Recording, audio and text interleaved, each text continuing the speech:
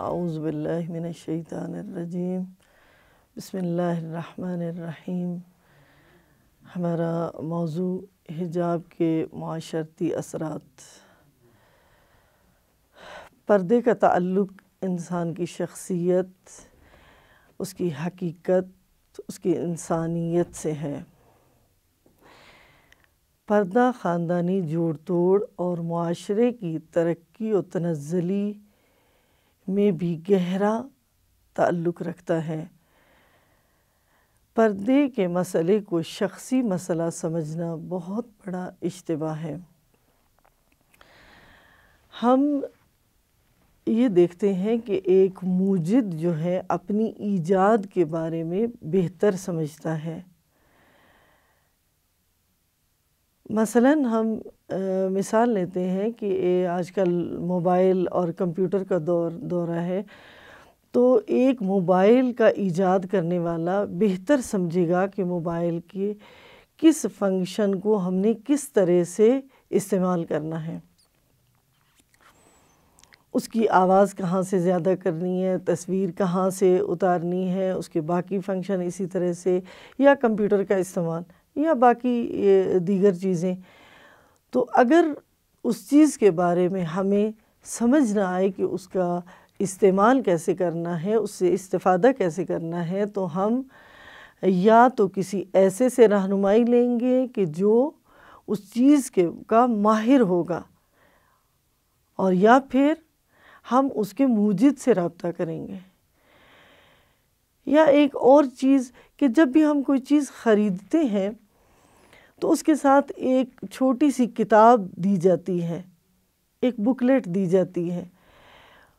اس booklet میں، اس کتابچے میں سب کچھ لکھا ہوتا ہے کہ مثلاً موبائل ہی کی مثال ہم لیں کہ موبائل میں سم کہاں سے ڈالنی ہے، موبائل کو آن کہاں سے کرنا ہے، آف کہاں سے کرنا ہے، یا باقی اس طرح کے اس کے باقی فنکشن، وہ سب کچھ اس کتاب میں درج ہوتا ہے، اور ہم وہاں سے رہنمائی لے کے موبائل کا استعمال شروع کر دیتے ہیں۔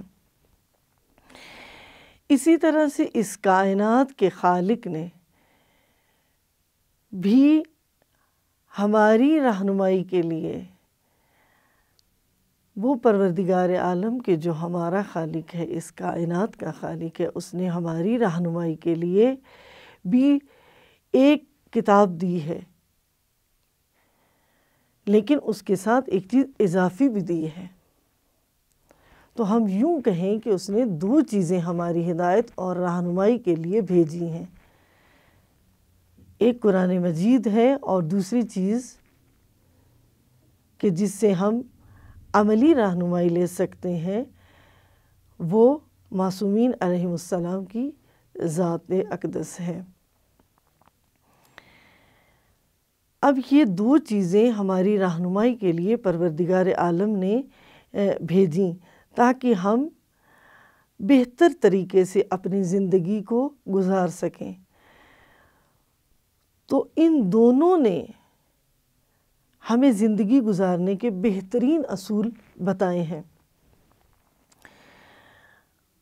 اور خود قرآن مجید میں بھی اور ائمہ علیہم السلام نے بھی اپنی عملی زندگی میں ہمیں پردے کی اہمیت کے بارے میں بتایا ہے،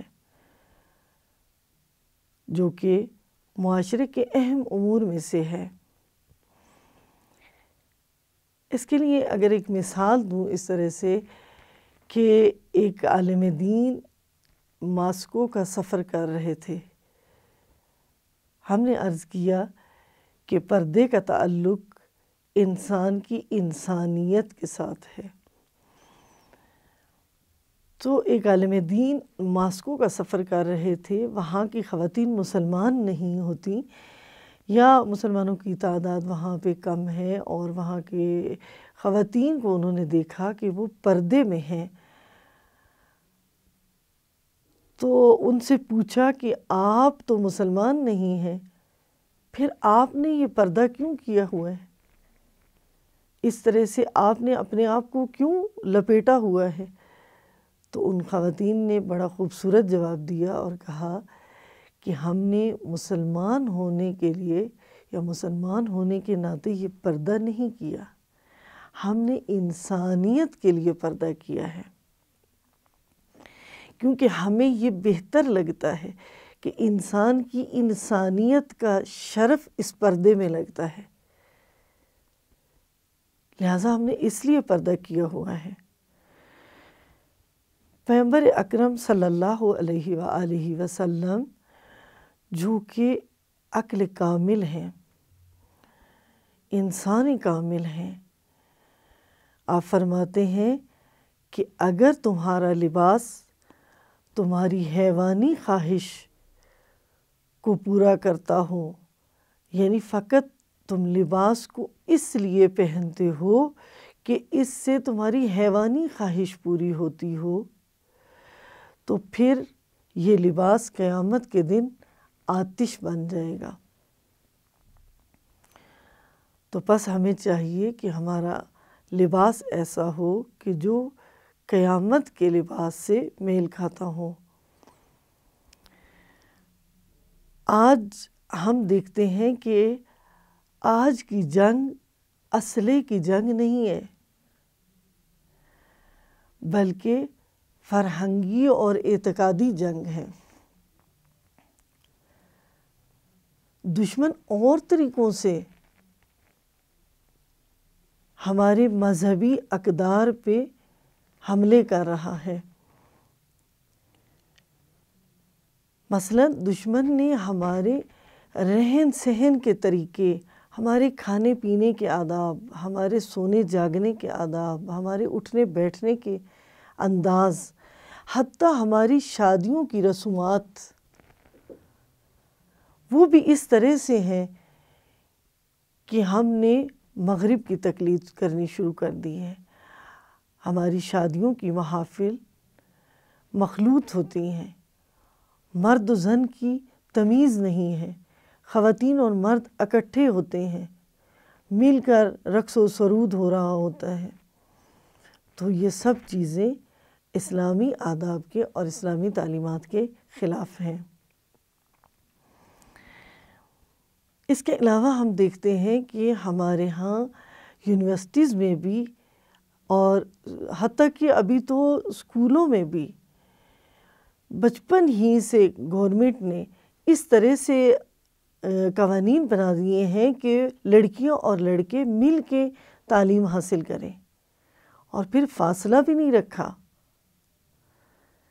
اور اس کے علاوہ بھی کہ جتنی محافل ہیں، کبھی سالگرہ کا بہانہ تو کبھی کسی اور جشن کا بہانہ تو کبھی کوئی بھی بہانہ، اس میں مرد و خواتین کا اختلاط کر دیا ہے، مخلوط کر دیا ہے، ان کو آپس میں ملا کر اور بغیر پردے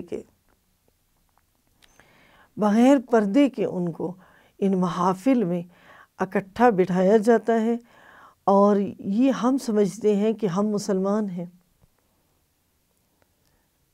لیکن اگر ہم چیخ کر بھی پکار کر بھی کہیں کہ ہم مسلمان ہیں، تو ہمارا تمدن، ہمارے رسم و رواج یہ ثابت کریں گے کہ ہم جو رہن سہن اختیار کر رہے ہیں وہ اسلامی نہیں ہے۔ اس بے پردگی کی وجہ سے ہم دیکھتے ہیں کہ مردوں کے اندر کام کرنے میں سستی پیدا ہو رہی ہے، مردوں کا کام میں دل نہیں لگتا، ان کی توجہ خواتین کی طرف ہوتی ہے۔ اسی طرح سے خواتین کی ارزش و اہمیت دن بدن کم ہوتی جا رہی ہے، خاتون ایک بکاؤ مال بنتی جا رہی ہے کہ جس کی نمائش کرنے سے دکانداروں کا مال بکتا ہے۔ اور ہم دیکھتے ہیں کہ پردے کا فائدہ کیا ہے۔ پردے کی وجہ سے سب سے اہم فائدہ جو ہوتا ہے وہ قرب الہی حاصل ہوتا ہے، معنویت میں کمال ہوتا ہے، خاتون کے عزت و شرف میں اضافہ ہوتا ہے،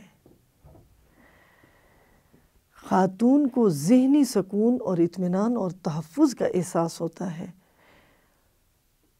اور گھروں میں بنیادیں متزلزل ہونے کی بجائے مستحکم ہوتی ہیں۔